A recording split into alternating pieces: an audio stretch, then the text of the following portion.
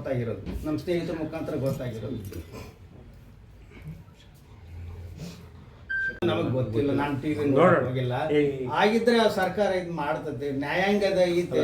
ಅವರು ಏನು charge sheet ಬರ್ತೈತಲ್ಲ, ಅವಾಗ ನ್ಯಾಯಾಂಗದಲ್ಲಿ ಅದೇನು ಆಗುತ್ತೆ ನಡೀಲಿ, ಅದು ನಡೀತೈತೆ. ಅದೆಲ್ಲ ನ್ಯಾಯಾಂಗದ ಮುಂದೆ ಬರುತ್ತೆ, ಜಡ್ಜಿ ಮುಂದೆ ಬರುತ್ತೆ. ಜಡ್ಜಿ ಅವರು ಸರಿಯಾದ ಶಿಕ್ಷೆ ಯಾರು ತಪ್ಪಿಸಿದವ್ರಿಗೆ ಮಾಡ್ತಾರೆ ಅಂತ ನನ್ನ ಪೂರ್ಣ ನಂಬಿಕೆ ಇದೆ. ಅದನ್ನೇ ನಮ್ಗೆ ಶಾಕ್ ಆಗಿರೋದು, ಅದನ್ನ ತನಿಖೆ ಆಗ್ಲಿ ಅಂತ ನಾನು ಬೇಡ್ತೇನೆ ಸರ್. ಈಗ ಪೊಲೀಸರ ಮೇಲೆ ನಂಬಿಕೆ ಇದೆ ಅಂತಂದ್ರೆ ಅದೇ ನಂಬಿಕೆ ಇಟ್ಟುವಂತ ಪೊಲೀಸರೇ ಈ ರೀತಿಯಾಗಿ ಅವರಿಗೆ ಸಹಕಾರ ಕೊಡ್ತಾರೆ. ಅದೇ ಎಲ್ಲಿ ಆಗಿದೆ ತಪ್ಪಾಗಿದೆ ಅಂತ ಎಲ್ಲ ಪರಿಶೀಲನೆ ಮಾಡ್ಲಿ. ನಾವು ಎಲ್ಲಾ ಪೊಲೀಸರನ್ನು ಒಂದೇ ಇದ್ರಲ್ಲಿ ಅಳತೆ ಮಾಡಕ್ ಆಗಲ್ಲ. ಒಳ್ಳೆಯವರು ಇದ್ದಾರೆ, ಕೆಲಸ ಚೆನ್ನಾಗೂ ಮಾಡ್ತಾರೆ, ಒಳ್ಳೆ ಭರವಸೆ ಇದೆ. ಒಂದೊಮ್ಮೆ ಕೆಲವರು ಯಾರಾದ್ರೂ ಮಾಡಿದ್ರೆ ಅದು ಆ ತರ ತಪ್ಪು ಮಾಡಿದಾಗ ಶಿಕ್ಷೆ ಆಗ್ಲಿ ಅಂತ ಹೇಳಿ ಮಾಧ್ಯಮರಿಗೆ ನಾವು ನಿಜವಾಗ್ಲೂ ಧನ್ಯವಾದ ಹೇಳ್ತೀವಿ. ಇವನ್ನೆಲ್ಲ ನೀವು ಹೊರಗಡೆ ತರ್ತಾ ಇದ್ದೀರಾ, ಇದ್ರ ಮುಖಾಂತರ ನೀವು ಕೂಡ ಸರ್ಕಾರಕ್ಕೆ ಎಚ್ಚರಿಕೆ ಕೊಡ್ತಾ ಇದ್ದೀರಾ, ಎಲ್ಲರಿಗೂ ಎಚ್ಚರಿಕೆ ಕೊಡ್ತಾ ಇದ್ದಾರೆ. ತಮಗೂ ಕೂಡ ನಾನು ಧನ್ಯವಾದ ತಿಳಿಸ್ತೀನಿ. ನಾವು ಅದೇ ಸರ್ಕಾರ ಇದ್ರ ಬಗ್ಗೆ ಗಮನ ಹರಿಸ್ತಾರಂತ ನಂಬಿಕೆ ಇದೆ ಸರ್. ಇನ್ನೊಂದು ಈಗ ಇಲ್ಲಿವರೆಗೂ ಪೊಲೀಸರನ್ನು ನೋಡಿದಾಗ ನಮ್ಗೆ ಆ ನಂಬಿಕೆ ಭರವಸೆನೇ ಇತ್ತು. ಕೆಲವೆಲ್ಲ ಘಟನೆಗಳು ನೋಡಿದಾಗ ನ್ಯಾಯಾಂಗನೂ ಕೂಡ ನಮಗೆ ಇವತ್ತು ನಾವು ಯಾರು ತಪ್ಪಿಸ್ರು ಅಂತ ನಾವು ಹೇಳ್ತಾ ಇದ್ದೀವಿ. ಯಾರು ತಪ್ಪಿಸ್ರು ಆಗಿದ್ದಾರೆ ಅವ್ರಿಗೆ ಶಿಕ್ಷೆ ಆಗಬೇಕು. ತನ್ಮೂಲಕ ನನ್ನ ಮಗನಿಗೆ ಶಾಂತಿ ಸಿಗಬೇಕು. ಏಕೆಂದರೆ ನನ್ನ ಮಗನ ಕಳ್ಕೊಂಡದ್ದು ನನಗೆ ಗೊತ್ತು ಏನಂತ. ಅವ್ರಿಗೆ ಆರಾಮಾಗಿ ಕೂತ್ಕೊಂಡ್ರಿಗೆ ಯಾರಿಗೆ ಗೊತ್ತಿರ್ತೈತೆ. ಇದು ನಿರ್ದಾಕ್ಷಿಣ್ಯವಾಗಿ ಸರ್ಕಾರ ಇದ್ರ ಬಗ್ಗೆ ತನಿಖೆ ಮಾಡಬೇಕು. ಅವ್ರಿಗೆ ಯಾವ ರೀತಿ ಕೊಟ್ಟಿದ್ದಾರೆ, ಯಾರು ಕೊಟ್ಟಿದ್ದಾರೆ, ಅವ್ರಿಗೆ ಶಿಕ್ಷೆ ಅವರು ಕೊಡಬೇಕು.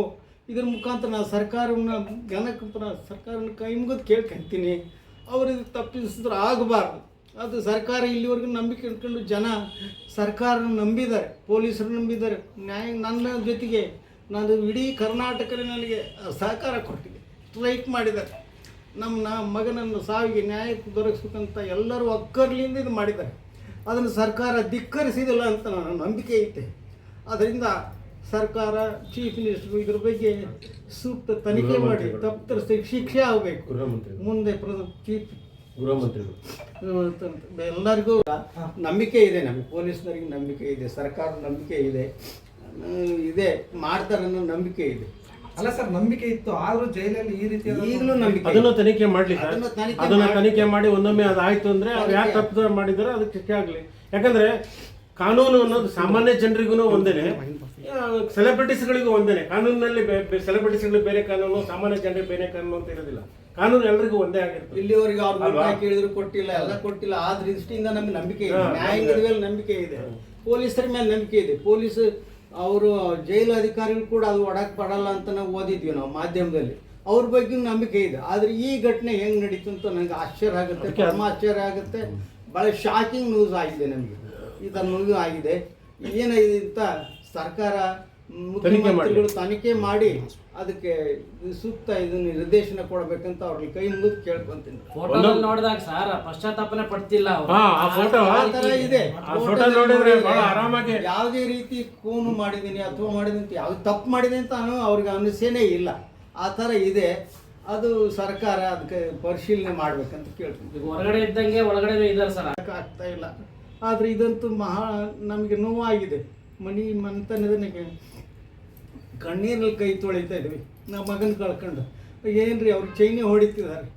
ನಮ್ಮ ದುಃಖ ಮಗನ ಕಂಡ್ರಿಗೆ ಅವ್ರಿಗೆ ಯಾರು ಮನುಷ್ಯತ್ವ ಇದೆಯಾ ಅನ್ಸುತ್ತೆ. ನಾವು ಎಷ್ಟು ಇದರಲ್ಲಿ ದಿನ ಬೆಳಗಾದ್ರೆ ಸೊಸೆ ಬಗ್ಗೆ ಎಷ್ಟು ನಮಗೆ ಸಂಕಟ ಆಗ್ತಾ ಇತ್ತು. ಅವಳ ಜೀವನ ಹೆಂಗೆ ನಾವು ನೋಡ್ಬೇಕಂತ. ಅಂಥದ್ರಲ್ಲಿ ಈ ಘಟನೆಗಳು ನಮ್ಮ ಕಣ್ಣೆದುರಿಗೆ ಬಂದರೆ ನಮ್ಗೆ ಎಷ್ಟು ಹೊಟ್ಟೆ ಉರಿಯಾಕಿಲ್ಲ, ಸಂಕಟ ಹಾಕಿಲ್ಲ. ದಯಮಾಡಿ ಅರ್ಥ ಮಾಡ್ಕೋಬೇಕು.